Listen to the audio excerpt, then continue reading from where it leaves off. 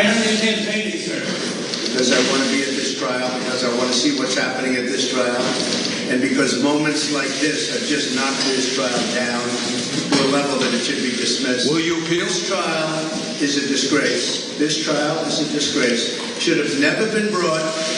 And if you watched what just took place in the courthouse, if you report it honestly, and I'm sure you will, because there's really no other way you can report it, the government lied. They knew everything about what just took place, and the government lied, and they lied to the people. The Attorney General lied because she wanted to get elected by using Trump.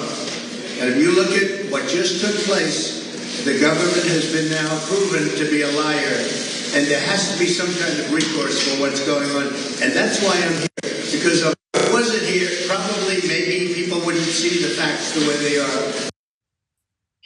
So, a lot of L words for a man who likes to L a lot. This one tiny potential lie, which honestly, Mondale, it seems to me that Larson, the appraiser, did or didn't maybe discussed ways to like value a certain property and categorize it in a way to avoid paying or paying taxes and or inflating it to get more loans, as this is the case revolves around that entire premise, right? Of overinflating your assets to then get more loans, to then invest and get more money, et cetera, et cetera, et cetera. And my thing is just like, this is just white collar crime. It doesn't really matter that Larson was, if anything, he's part of it, right? Trump is saying there was a lie, but all the lie proves is that he was ultimately helping you in defrauding the state of New York, which is what this case is about. Yeah, and beyond that, let's be serious. He's not a part of Trump's organization.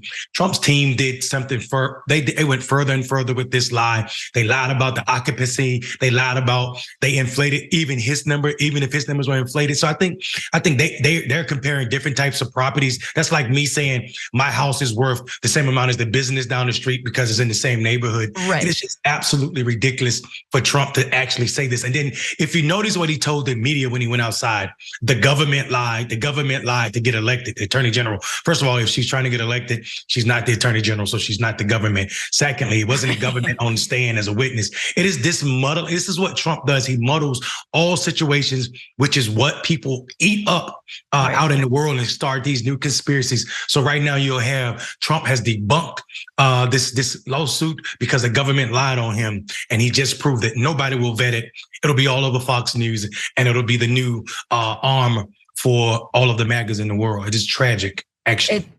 It's true. It's just like the whistleblowers for the Hunter Biden cases, which, where are they? What are those people again? It's just, yes, it's all to say like, but did you hear about that appraiser? Like, who cares? What about that appraiser?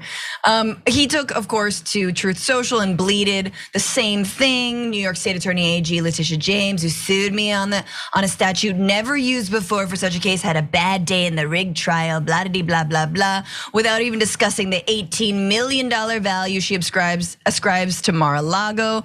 This is a Democratic scam, et cetera, et cetera, et cetera. My favorite part, we haven't talked about this, Mondale, you and I, but he's still so mad that she valued Mar-a-Lago at 18 million instead of 1.8 billion, which is what he says, billion. That it's almost worth $2 billion. I'm like, dude, not if you bury bodies on your property. Although, I think maybe that increases the value. Maybe you get a tax break. I bet you get a tax break. In fact, I think you do get a tax break if you have like a cemetery. Anyway, talking about his ex-wife.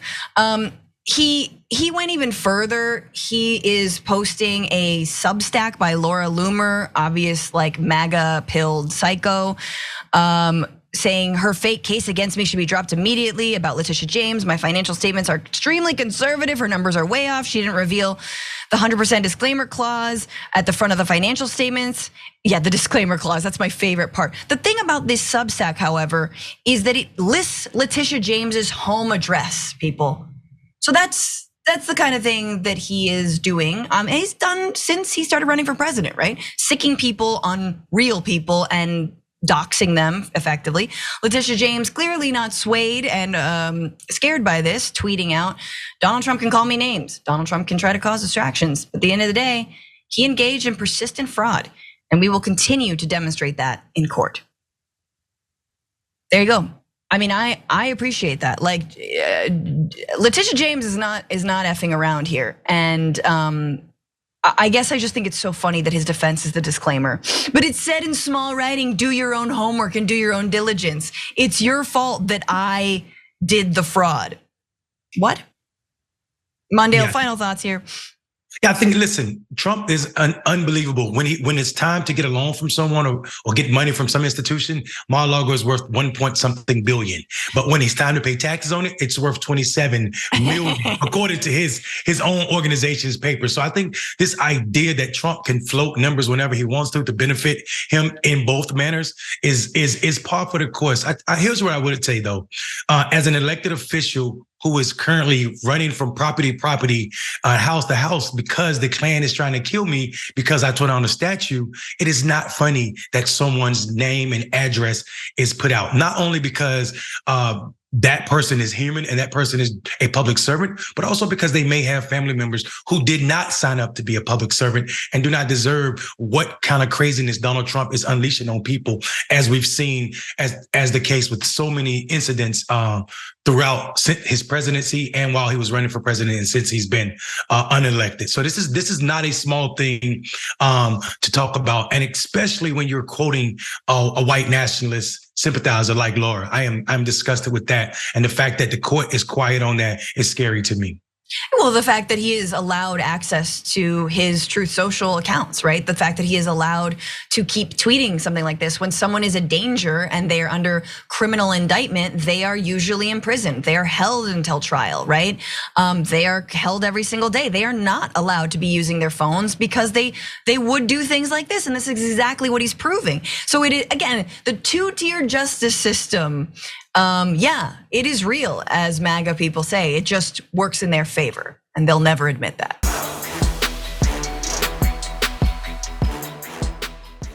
Check out the Damage Report podcast each day, wherever you get your podcasts, whether Pocket Casts or Stitcher or iTunes. You can join me as I give you the news and stories you want, with a range of co-hosts and interview guests jumping in on the fun each day. Again, that's the Damage Report, wherever you get your podcasts. And if you get them at iTunes, don't forget to rate and review. Sometimes I'll read them live on the show.